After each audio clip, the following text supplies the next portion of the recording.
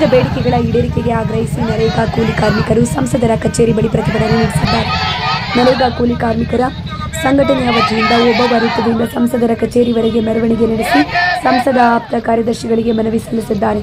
ಉದ್ಯೋಗ ಖಾತ್ರಿ ಯೋಜನೆ ಗ್ರಾಮೀಣ ಭಾಗದ ಕೂಲಿ ಆಶ್ರಿತ ಕುಟುಂಬಗಳಿಗೆ ಜೀವನಾಡಿಯಾಗಿದೆ. ಕಳೆದ 15 ವರ್ಷಗಳಿಂದ ಆರೋಗ್ಯ, ಶಿಕ್ಷಣ, ಆರ್ಥಿಕ ಸ್ವಾವಲಂಬನೆಗೆ ಈ ಯೋಜನೆ ಆಧಾರವಾಗಿದೆ. ಕಾರ್ಮಿಕರ ಒಪ್ಪಿಗೆ ಪಡೆಯದೆ 3 ದಿನಗಳಲ್ಲಿ ಹೊಸ ಬಿಲ್ ಪಾಸ್ ಮಾಡಿರುವುದನ್ನು ನಾವು ಖಂಡಿಸುತ್ತೇವೆ ಎಂದು ಕಾರ್ಮಿಕರು ಆಕ್ರೋಶ ವ್ಯಕ್ತಪಡಿಸಿದ್ದಾರೆ. ಹೊಸ ಬಿಲ್ ಮೂಲಕ ಉದ್ಯೋಗದ ಹಕ್ಕನ್ನು ಕಿತ್ತುಕೊಳ್ಳುವ ಪ್ರಯತ್ನ ನಡೆಯುತ್ತಿದೆ ಎಂದು ಆರೋಪಿಸಿದ್ದಾರೆ. ಇನ್ನು ಮಹಾತ್ಮ ಗಾಂಧಿ ರಾಷ್ಟ್ರೀಯ ಗ್ರಾಮೀಣ ಉದ್ಯೋಗ ಖಾತ್ರಿ ಯೋಜನೆ ಹೆಸರನ್ನು ಬದಲಾಯಿಸಿರುವುದನ್ನು ವಿರೋಧಿಸಿ ಮಸೂದೆ ಪ್ರತಿಗಳನ್ನು ಹರಿದು ಹಾಕಿ ಆಕ್ರೋಶ ವ್ಯಕ್ತಪಡಿಸಿದ್ದಾರೆ.